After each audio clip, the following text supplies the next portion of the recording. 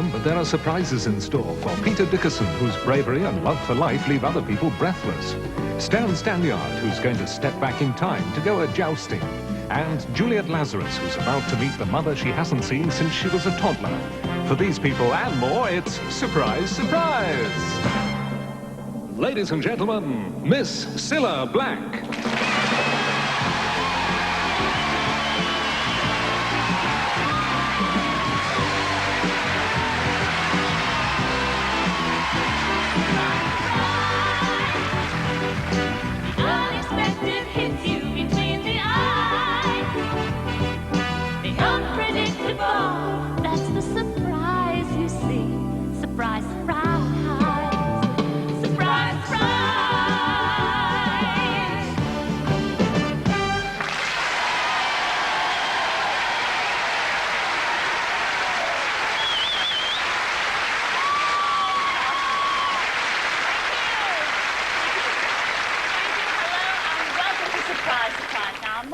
I had a surprise myself the other day. Our little Jack, that's my son, he's only 7. He came home from school and he was looking ever so worried, and I said to him, "What's up, Chuck?" And he said, "What? I said, "What's up, Chuck?" And he said, "There's going to be a small meeting of the Parent-Teacher Association tomorrow." And I said, "What do you mean, a small meeting?" And he said, "Well, there's only going to be you, me and the headmistress." Mind you, I must tell you, I've got to be honest, I saw the drawing, I thought it was art. But never mind about my problems, let's get on with the show. And the first of our surprises, well, this lady is sitting in the audience tonight. Margaret Taylor, where are you, love? Margaret, would you come down and join us, please?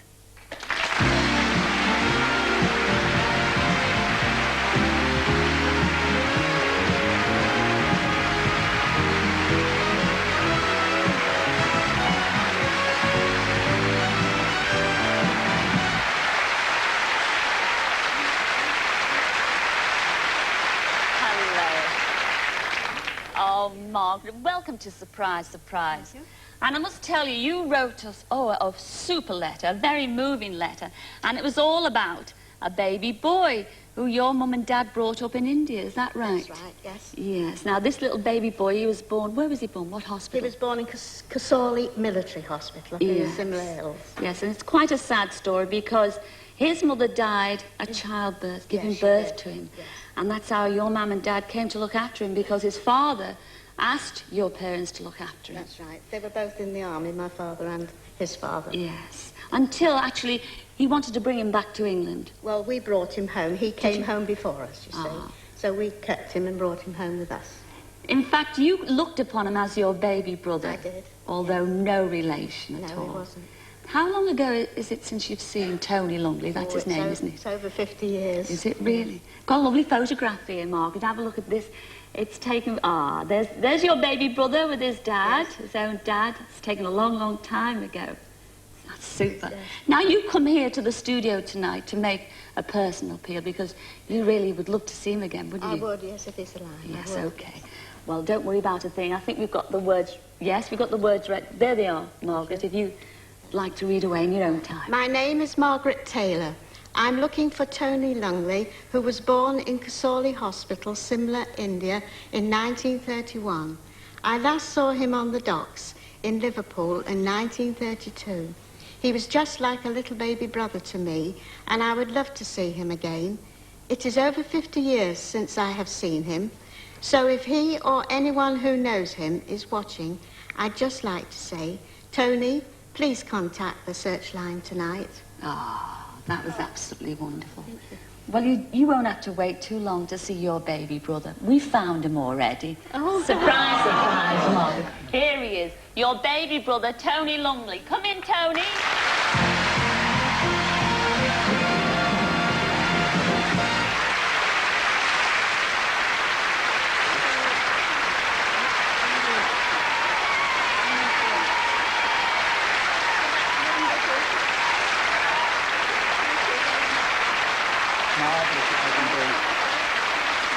Ladies and gentlemen, Margaret, I love it when we can bring people together like this. I didn't dream this would happen today. Yeah, I know you didn't. No. And, well, it's over 50 years, isn't it, since you've seen him?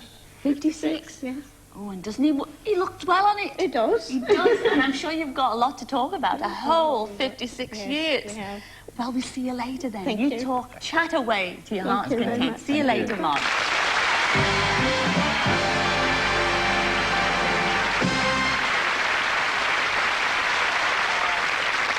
Super, absolutely super. Well, although he doesn't know it, Brian Lewis, who is a fireman at Birmingham International Airport, is about to be brought together with Bob Carolgees. Now, Brian is aircraft crazy. Before he became a fireman, he served 12 years in the Royal Navy in aircraft carriers. But although he knows his aircraft, and he's been up in a glider and a helicopter, he's never flown a jet. So hands up those who have. Come on, own up. Who's flown a jet in our audience? You see, look at that. Not many. Anyway, Brian and his wife Jackie arrived here at 2 o'clock today, with Brian thinking that Jackie is going to be on a chat show. Well, he was in for a couple of surprises, and the first surprise was our Bob. That's them getting out of the car. Come on, we'll go and get them. Hold the door for the cameraman. Sweet. Oh, yes, this is him, definitely. This is our Brian. Brian! Brian Lewis. Hello, surprise, surprise. I believe, Brian, I believe you're something about these. fascinated. I believe you're fascinated by aeroplanes, is that right? I only know that because your wife Jackie there has written and told us all about you. Everything. She said you'd like nothing better. Nothing better than to take off and land in a big jet. Is that right? Driving it. Eh? Well, it's all fixed, you see. It's all fixed. We've got a big jet. We've got a DC-10 waiting at Gatwick Airport as we speak. Where do you think you'd like to go to? Where should we fly to? We've got New York, we've got Hong Kong, or Paris, is it? Oh, Hong Kong's your favourite. OK, well, we'll jettison over to Gatwick. Come with me. Get your wings. Open wings. Come on. Undercarriage down. Vroom. Come on. Come on, Brian. This will be good. Here we are, Brian. Here's your aeroplane. Now then. How about that? It's a bit noisy, and as you can see, it moves around quite a lot. Come and stand here if you want. Right, actually, this full flight simulator can recreate all flying conditions, and it's exactly like flying the real thing, except that you don't go anywhere, which is just as well. Because going to Hong Kong. Oh, you are on the simulator going to Hong Kong. I'm not taking off with you. I'm coming with you. Oh. And you need a bit of instruction before you do take off. So I've got here Captain Harry Harrison. Come in, Harry. This is Harry. This is Brian. Hello, Brian. Harry, how long have you been a flying instructor? Oh, more than 30 years, I suppose. You're in safe hands, you see, because Harry Harrison here is actually the pilot instructor for the DC-10, which is what the simulator's all about. I think I'll get some of them seasickness pills as well. Oh, air sickness pills. Anyway, you carry on. See you later, Cilla.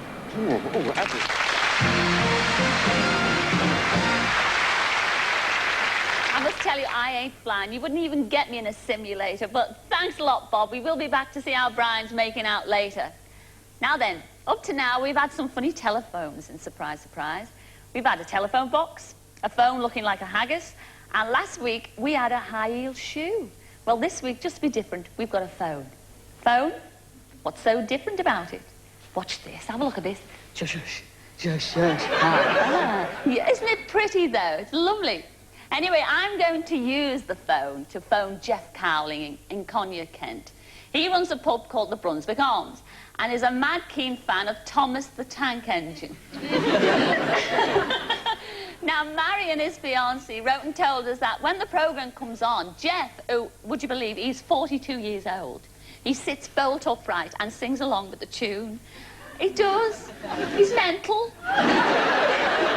Anyway, Jeff collects anything to do with Thomas. He's got a train set, a cassette holder, a towel, bedside rug, you name it, Jeff has got it. He's also got one unfulfilled wish. So let's phone him now and find out what it is. Oh, look at that. I do love this phone.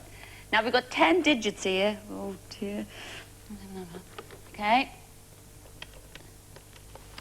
Yes.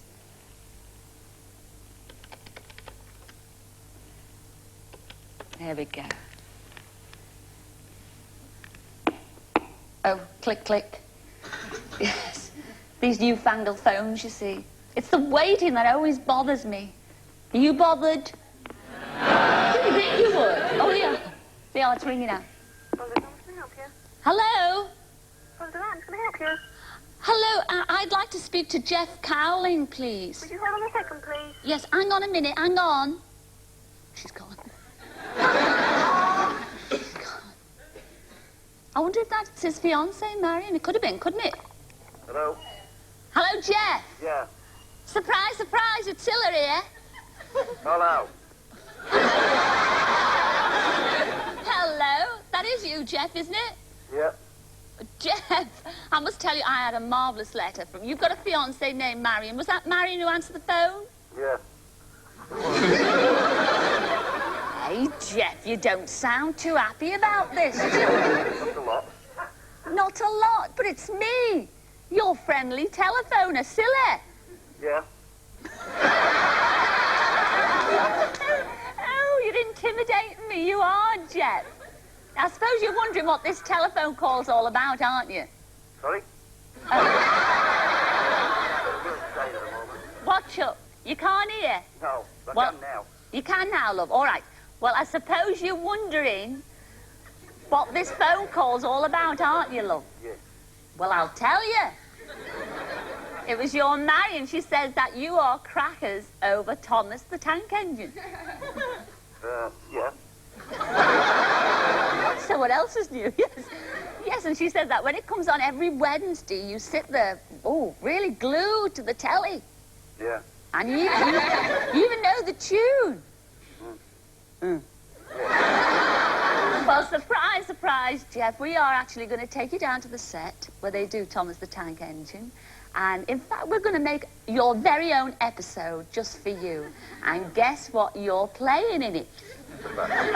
The fat controller. Now, do you agree to all that, Jeff? Please. Yes. Oh, thank goodness for that. Now, is your bar busy tonight? No, they've gone out. They've gone out. I think they're all frightened of you after this phone. What are you going to do to your Marion when you put the phone down? Probably murder her, but there you go. Well, don't do it before next week, will you? Because we'd like to see Marion as well in the studio, okay? Okay, then. All right, Chuck. Ta-ra. Bye-bye. Ta-ra. Oh, dear.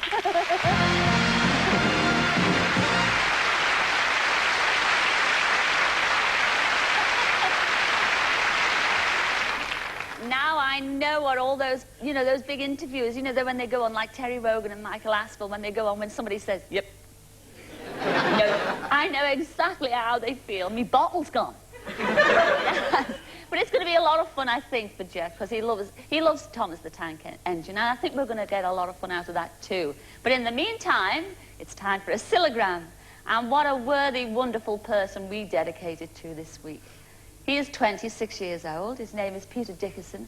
And 2 years ago, he underwent a heart-lung transplant. But, you know, that didn't quench his spirit for love and life. Since then, he has raised thousands of pounds for Papworth Hospital, but that's only the start. He's also won a gold medal for Britain in the Transplant Olympics, the only gold medal won by a heart-lung transplant person. And there's more. He's also a successful DJ in Norwich and a disco dancing champion. Well, I've got to be honest, he absolutely wore me out. Actually, I went to surprise him. He was in his house at the time. Have a look at this. Hello, Peter. Surprise, surprise. Don't you dare go into the kitchen. Hello. Seem very calm. Do you know why I'm here? Can't feel them. Oh, yes. I'm here to deliver you a special Cillagram. Me, I thought you were after Dad. Only kidding. No, do you know who wrote and told me all about you? No, go on. Your brother-in-law, Paul. How about spending a few hours with me? Can you Oh, burr I'd up with love that? to. Oh, Would I'd you? love to. Shall we go to it, Peter? Let's go.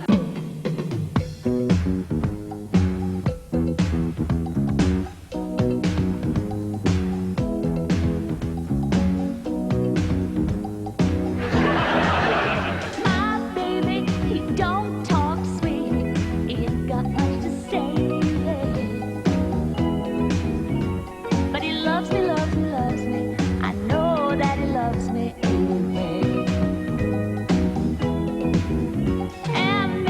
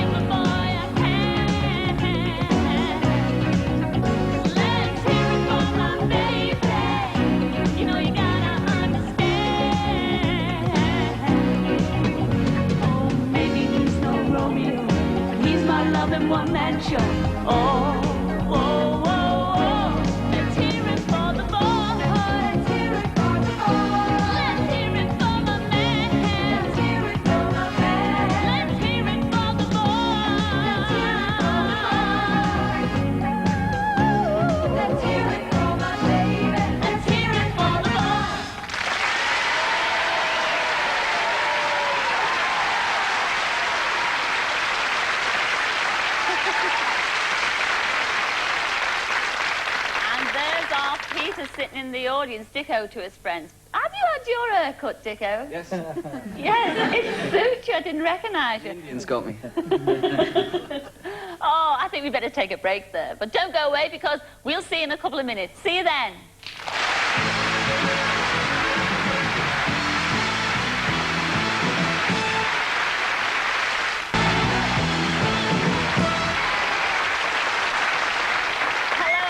Back to Surprise, Surprise. Now, last week I phoned a young man called Vin Murray. Now, Vin is a dancer and he wanted to do a Michael Jackson routine on the show. Well, here he is. So come on, Vin, come and say hello to us.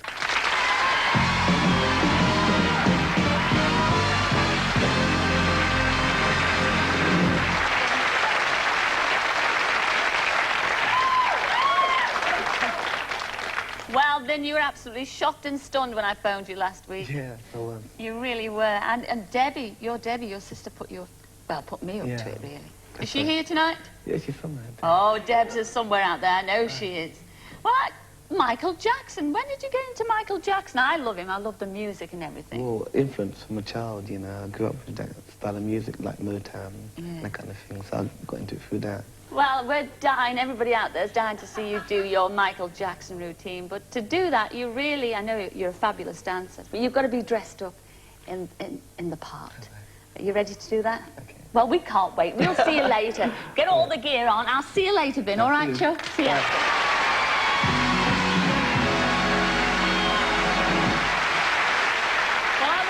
Brian Lewis is getting on in his DC-10. You know, I've got a feeling that the trip's not going to be all that straightforward. Let's find out, shall we? Are you there, Bob? Are you there, Chuck? Wing Commander Carol Jeans here. Take another joke, the anchor door. I'll go through the fan light. Yes, we're Cilla. I believe we've just done the pre-flight checks. And have you decided where we're going yet, Brian, finally? Hong Kong would be nice. Oh, we are going to Hong Kong. Good. I fancy some of that Chinese knock. He doesn't look too happy there, Bob. Is he a bit nervous? Are you nervous, Brian? Only a little bit. Not that you'd notice. What have you... I mean, it's only a simulator after all. Still pretty well you say You that. come here then. Why do they all wear brown trousers, those pilots? No, we should have changed. What's the next step? Have you had clearance yet, Brian? Yep. We've got my captain's done that for me. We've got clearance to take off. So, well, let's take off then. Go on, let's go for it. Oh, yeah, go on, take off in your DC-10. Let's see how you're doing. OK, Brian, away we go. Brakes off. Oh, that's the runway. Look at the runway. Auto throttle on.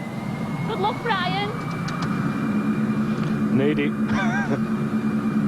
Keep it nice and straight. Yep. That's very nice. Looks like the M1. It's a bit quieter.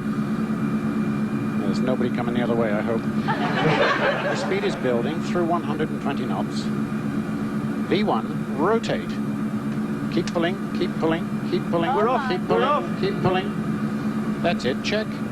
And just check it gently. Positive rate, gear up. There it goes. Well, I think we... Keep the wings level. I think we're just about to go on to autopilot or something now, Cilla, so... I think I'll go and get me duty free from the back. And we're going to enjoy this flight. We'll see you when we're near Hong Kong. That was a very quick takeoff. Very Thanks smooth. a lot, Bob. Right, we'll I'll see you later. later. Good luck, Brian, with the rest of the journey. Thanks, Cilla. See you later. All right, Chuck. On return. Ah, isn't that lovely?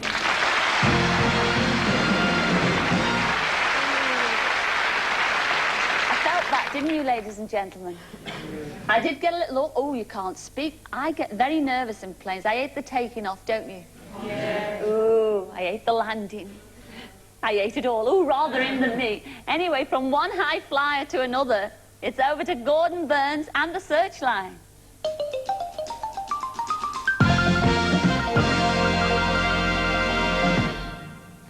Hello. The personal appeal films we introduced in this series have proved a huge success, and people are literally queuing up to come on Searchline. So, what better way to start than with another of those appeals? It comes from Gaynor and Barbara on behalf of their mother, Grace Pilkington. Now, they're anxious to trace their mother's two sisters and her brother. We're making an appeal on behalf of our mother, Grace Pilkington. We are trying to trace an Elizabeth Dean, who is in her late 70s, and a Catherine Dean, who is in her late 60s, and a Leonard Harry Dean, known as Bill, in his late 60s. If anyone out there knows of these people, or they are actually watching themselves, would they please contact a search line? So that we can have a real family reunion. Yes, get in touch at the end of the programme if you can, and the number to call will be coming up shortly. Now, this is Cecilia Sequia. She is trying to find her sister, Fatima Khan. The only time she's ever seen Fatima was in 1975 in Blantyre, Malawi, where Fatima used to go to college. Cecilia has been told that Fatima is now married and is somewhere in London. So does anyone recognise this picture of Fatima? If you do, please get in touch with Searchline so that we can reunite the two sisters. Well, now to Bob Lee, or Lofty as his mates would know him, who served with the 564 East African Army Service Corps and is very keen to meet these lads again. They're Wimpy, Spike, Lofty and Ernie. In this picture, they're in their costumes for a production of Maria in the Red Barn, a pantomime they staged at El Tahag in Egypt in 1944. Do any of the cast recognise themselves or remember being in the pantomime Maria in the Red Barn? If so, please get in touch with the Searchline because Bob wants to meet you all again. Now, attention all bunnies. A certain Roger Heath is out to trap one of you. Not a bunny rabbit, but a bunny lady. Last New Year's Eve, Roger was working as a barman at a fancy dress party at the Six Bells Public House in Reading. He was dressed as Tarzan in a leopard skin leotard. Whatever turned you on. And the lady he was trying to trace was dressed as a bunny rabbit. Now, all he found out about this Bonnie Bunny was that she was from Bournemouth. So, if you are that bright-eyed Bonnie Bunny from Bournemouth, I was saying that 3 times quickly, and would like another swinging evening with Tarzan, then give Searchline a Tarzan-like call. And that's all from Searchline just for the moment. The number to call in response to any of these requests is 01 222 8000. And I'll be back rabbiting on again in just a few moments, but we shall now hop straight back to Cilla. Oh, God. Thanks a lot.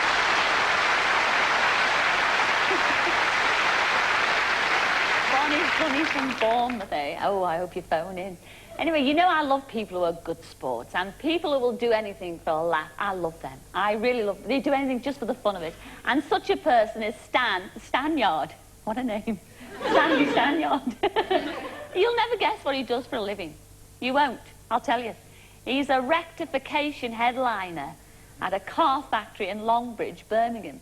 Now, his teenage daughters, Sharon and Tina, wrote and told us that Stan has always wanted to be a knight in shining armour. In fact, Stan wants to be a black knight and go jousting with another knight, you see, and use the actual lances. He's also a big fan of Surprise, Surprise. And his wife, Pat, tells us that every time he watches the programme, Stan always says, oh, you know, they'll never come to Birmingham to surprise us. Well, surprise, surprise, we did. Do you want me to fix that? I'll give you a hand if you like. Excuse me, my mate. Is that Stan in there? Stan? Come here, Stan. Stanyard, this is... Here we are, ladies and gentlemen. Well, hello, Stan. Hello. Surprise, surprise. You thought you'd been brought over here for another reason, didn't you? Did you? Well, surprise, surprise, here we are. Actually, Pat, Sharon and Tina are responsible for this because they've let me into a few secrets about you. Yes. And they've told me that you've got a wonderful ambition, a burning ambition you've always wanted to do, and you've always wanted to be a knight in shining armour. That's correct, Jason. Well, we've fixed it all up for you, Stan. You're going to be a knight. We've arranged everything. We've got the castle, and we've got the joust all fixed up, and we've also got other knights. What sort of knight would you like to be? Black Knight. The Black Knight. All right, I'll be Sir Prancelot, right?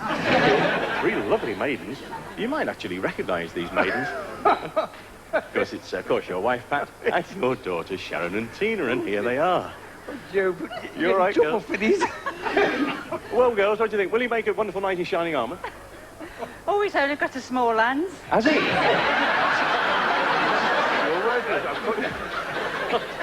We'll find you a bigger lance. Yeah. All right.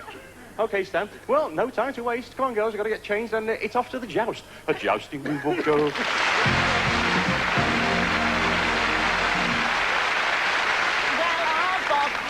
Stan off to be the castle in Leicestershire. Will Stan beat the White Knight? Will Stan get hurt? No, not with our Bob around. Ah, Bob hates the sight of blood. Well, he's so nesh, you see. He's very nesh. Next time, get it right. The apple goes in a pig's mouth. Good morrow, prithee. They call me Sir Prancelot. Well, I have to in these tights. I have travelled these many leagues to Beaver in order to... I have travelled these many leagues to Beaver in order to enrol Stan of Longbridge into the Brotherhood of Royal Knights.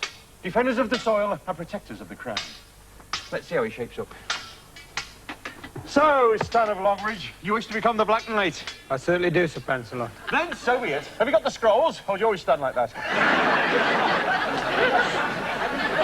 In order to be granted a knighthood, Stan of Longbridge must pass a number of tests to demonstrate his loyalty, courage, and manhood. Not a chance. But be not afeard, for to assist him I've employed the services of the greatest wizard in the land, the great Merlin Innuendo. I say the magic words. Ye piff, ye puff, ye poof. Right. Now then, to the tests. First test. The candidate must scale a wall in full armour. Well, we haven't got a wall in full armour, Stan, so we'll take the pass. Second test. The candidate, using his longbow, must slay a pigeon in full flight. Off you go.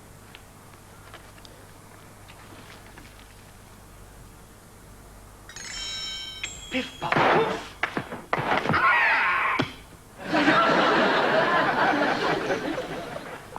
Passed. Right, final test. The candidate must get the flower head off the quintail. Here we are then, Stan of Longbridge. There's your quintain, there's your flower head. That's your lance. It's flower head off the quintain. You can do this, Stan. Have a good run at it. Have a good charge. Go for it, Stan. Go on, go for it. Go, go. That's it. Flower head. Congratulations, Stan of Longbridge. You have passed. You have passed. You can now be known as Sir Power Cut, the Black Knight. Get it? I get it. But only just. And now, the joust. You'll be fighting the even whiter than white knight, Surprise, surprise. I have your mount here. No, I couldn't send a knight out on a dog like this.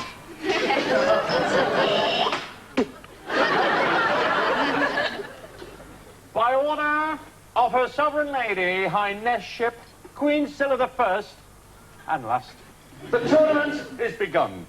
The first contest is a battle for the hand of the fair Pat. The second is a free-for-all for the rest of it. The knights will enter the field of honour.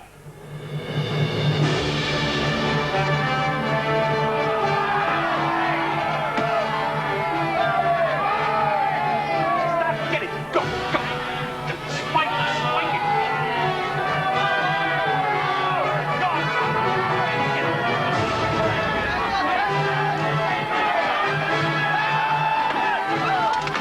Yeah! It's done it! I don't believe it! Dan, absolutely brilliant. Ready.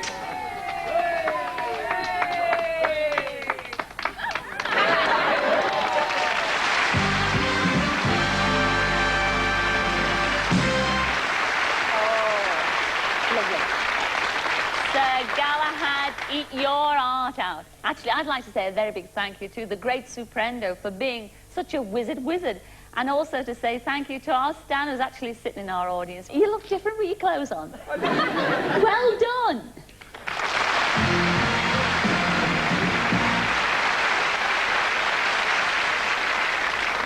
Well, the big moment has arrived. It's now time to introduce Britain's answer to Michael Jackson. And here he is. Dance on, Vin Murray.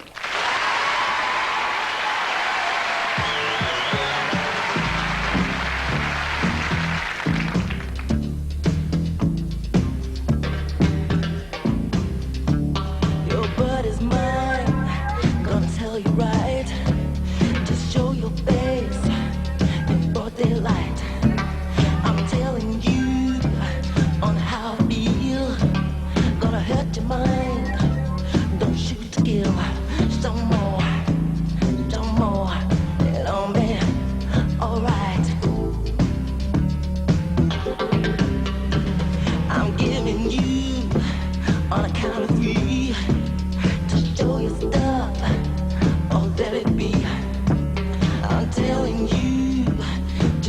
your mouth. I know your game, what you're about. Well, they say the sky's the limit, and to me it's really true. But my friend, you have seen nothing. Just wait till I get through, because I'm bad. I'm bad. Come on, you know I'm bad. I'm bad. You know it. You know I'm bad. Don't know. You know it. And the whole world has to answer right now, just to tell you once again, I'm bad.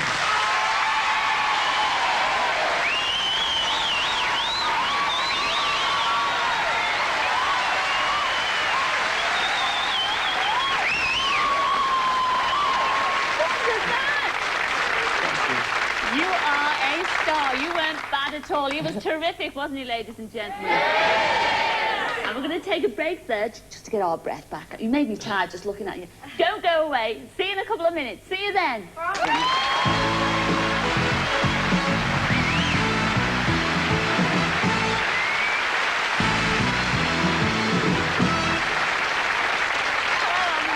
back to what could be a very exciting moment for all of us. Especially Brian Lewis. Oh, I know I'm going to hate this. Are you there, Brian and Bob? Yes, we're here. It's been a very smooth ride up to now. Brian's doing very well, actually, at the controls. My goodness. It's Harry who's looking nervous. I hope the insurance is paid.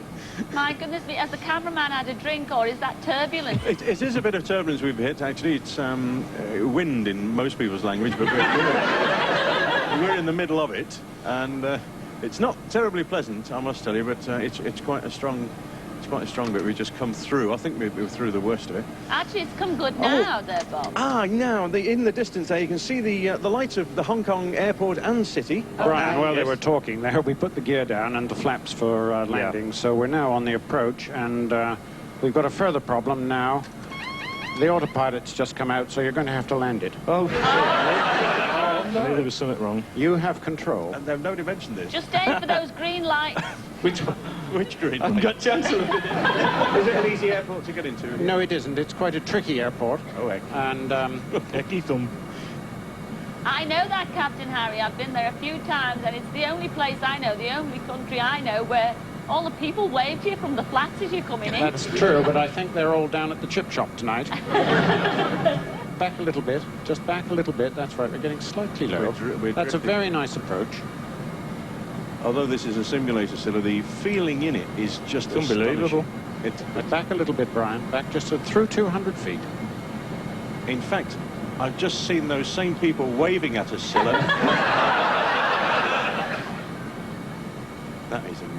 You are doing ever so well, Brian. We're so Don't proud. put him off now. This is the critical Sorry, bit. Captain. Okay. This is the difficult. Through 100 feet. This is lovely. Right in the slot. Look at that. 50, 40, 30. Start checking. 20, 10. Check. You're on. Nose wheel down. Keep on the center line. Put your reverse thrust in. And start braking. Start braking. Bit more braking. 80 knots. Keep straight. Keep on the runway. Very nice. Keep it on the runway. No, right. Keep it on the runway. That's it. Very good. Keep going. Hard trying to brake. Keep it straight. Where's the clutch? Okay. Now bring it to a halt. And Cilla, if you're looking, there's the checkerboard dead ahead. You can see it's Hong Kong. At least we stopped. There you are. There we are. Well done. Surprise, surprise. How do you feel, Brian? I know how I feel. How did that feel? I'm just waiting for the trip back now. Are you really? Oh, it's good. It's good fun. Absolutely tremendous, Well, it's Brian. good feeling. I didn't realise they were so, I don't know, Real. so sensitive, yeah. So Aren't we real. all? It's unbelievable. It was a very good landing. After being in here, anyway. How are you It's a feeling, job. Bob? Well, great. Hong Kong, eh? I've got my carry-out. I've got some lovely ribs. I've just delivered them, so we're all going to share these around the cockpit and have a lovely time. Oh, these are You're all right, Cilla. We'll bring some back. Thanks a lot, Brian. Thanks Very a lot, good. Captain. And thanks a lot to you, Bob. See you soon. Ta-ra then. Thanks a lot.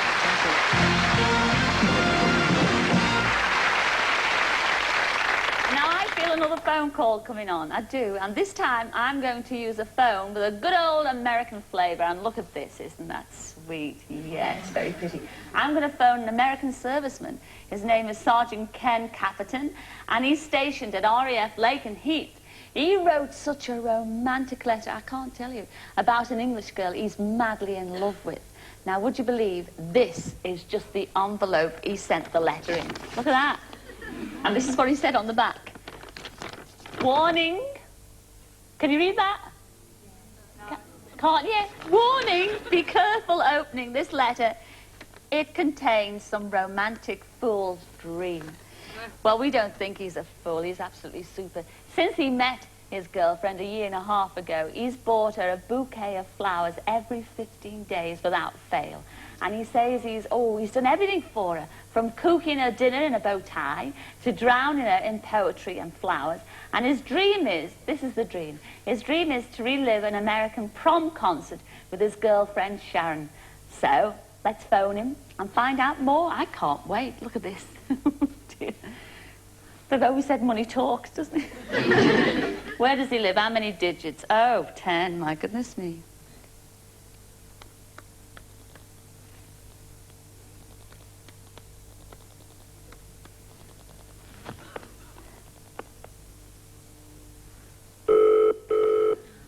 Success. It's your 10p. Talk to me. Hello? Hello? Hi. Hi? Hi, Ken. Is that Ken Caperton? Yes, ma'am. It sure is. Anything you want, Ken. Good Lord, woman, what is this? My... Dollar woman or what?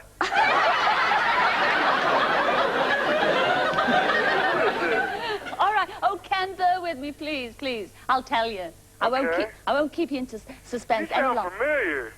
Familiar? Oh, just keep talking, Ken. Surprise, surprise, it's Cilla here.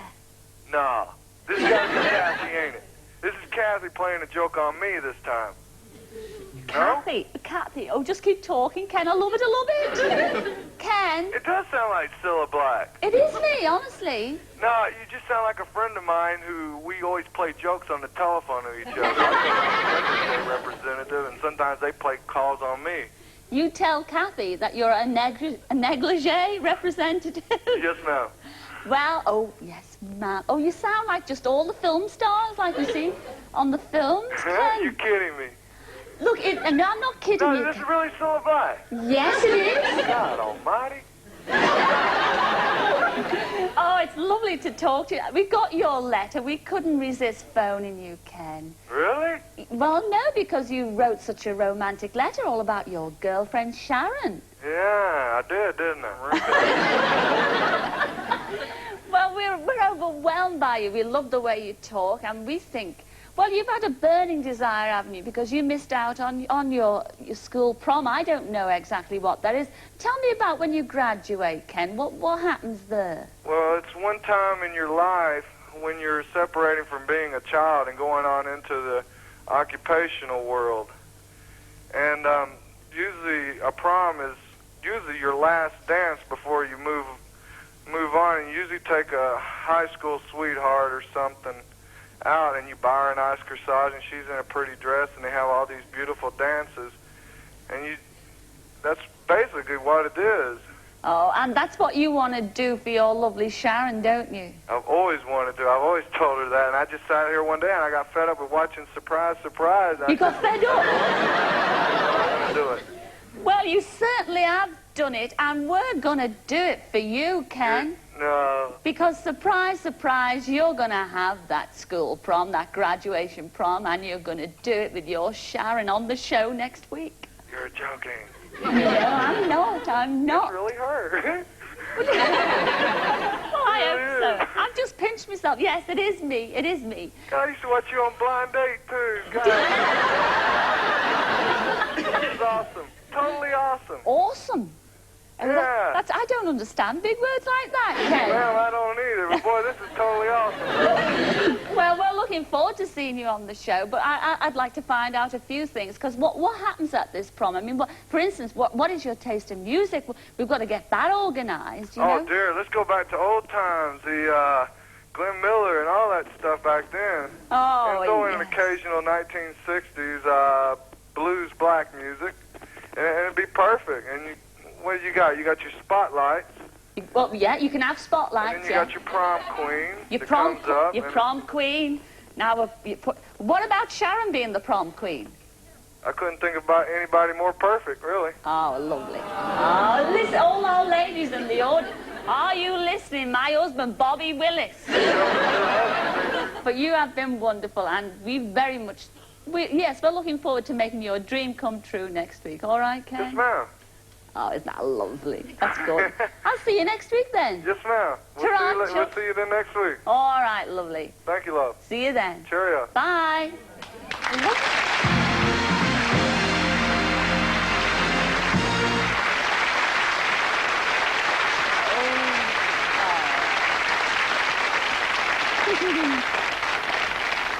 Oh, I'm going to look forward to that. He's made me go all silly. Wasn't he romantic? Yeah. A real dreamboat. Mind you, I don't care, though, because we've got our very own dreamboat, haven't we? Haven't we? Yeah. We have. We've got our Gordon Burns and the Searchline.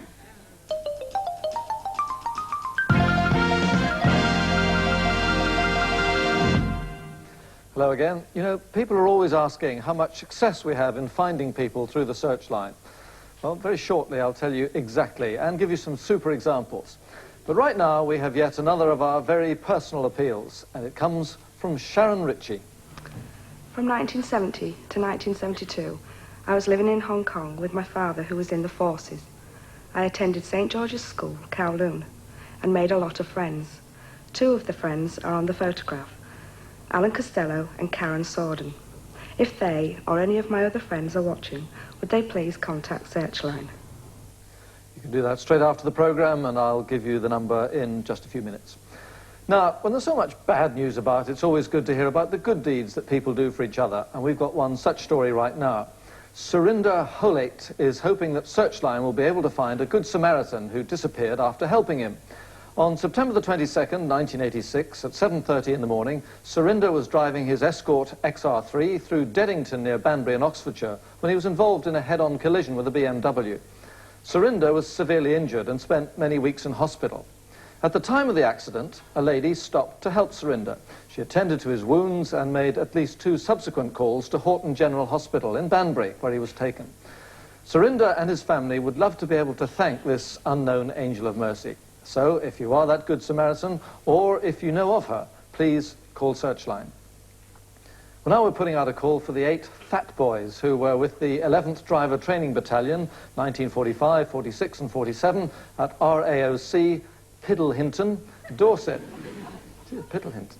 Jack Fletcher was one of the 8 who used to take on the locals as often as possible at darts. When they played, the prize was always the same, a gallon of ale.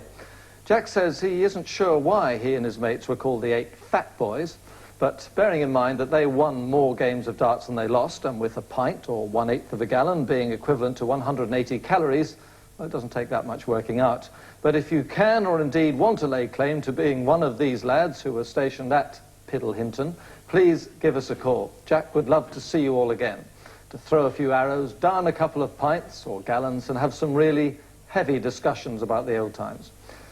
Now, I mentioned earlier how you were asking about the rate of success Searchline had at finding people.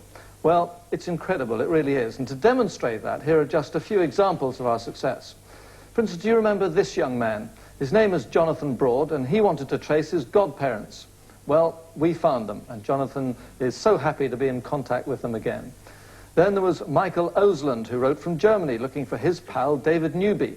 Well, he has to look no further, because we found him as well. And Jane Stoves, who was trying to find the owner of this silver serviette ring. Well, Peter Harrison called in, and now his christening present is on its way back to its rightful owner. Those are just a few examples, but we reckon Searchline is achieving something like an 80% success rate. All, of course, thanks to you and your phenomenal response every week, so please keep it up. And now, finally, to our quickie section. We're asking the following people to call Searchline: Angela Bullock, Roberta Beebe, Mary Bateman and Rosemary Guy, who all used to be in Mrs. Simms's class at the Mount Secondary School, Ilford, in 1956. Ronald John Griffiths, last known to be in Radford. Eve and Pete Britton, last known address, Woodville Road, Maidstone, that was in 1954. And Tony Stewart, last known to be stationed at Royal Air Force Base, West Drayton, in 1981. Well, as always, our researchers will be answering your calls about tonight's appeals until 10 o'clock on 01 222 8000. If you have a new request that you'd like to see on Searchline, don't phone us, but write to us. We like to have it on paper.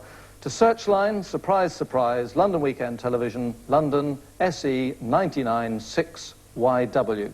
And that's the lot from Searchline for this week. I'll be back with you again next Sunday, but right now we go back to Cilla. Thanks a lot, Gordon. Well, now, sitting in the audience tonight with her husband, Ian, is Juliet Lazarus. Come on, Juliet and Ian. Would you like to come and join me, please? Surprise, surprise.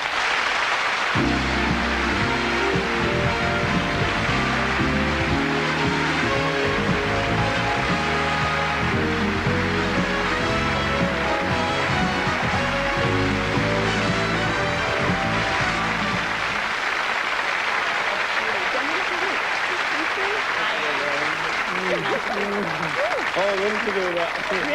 Have a sit down here. Oh, that was nice. I enjoyed that, Ian. Yeah, Actually, it's you that we're interested in, Juliet, because Jamaica, 27 years ago, you were born in Jamaica, weren't you? Yes, and, well, when you were a toddler, how old were you? About 4? Your mum and dad split up, didn't they? And your father was in the RAF, and he came to Britain, and he brought you with him. And I must tell you that, well, you already know this, that it was on your mum's approval because she thought that you'd make and have a better start in life over here. Now, how old were you? How long ago is it since you've seen your mum? About 25 years. 25 years? Well, surprise, surprise. You're going to see your mum tonight. She's here joking. all the way from Jamaica. Say hello to your mum. It's Leela. Come in, Leela.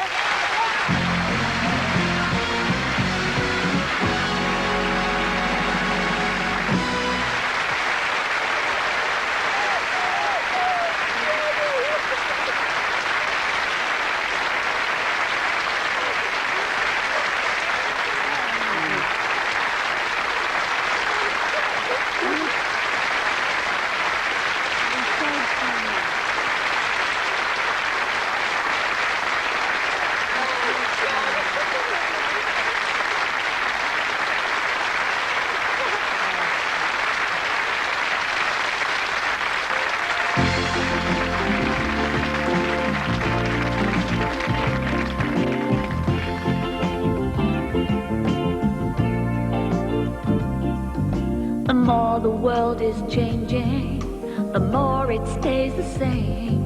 Life is full of small surprises. It's a never-ending game. If nothing is impossible, will you believe your eyes? If the unexpected brings a smile, that's a big surprise, surprise, surprise.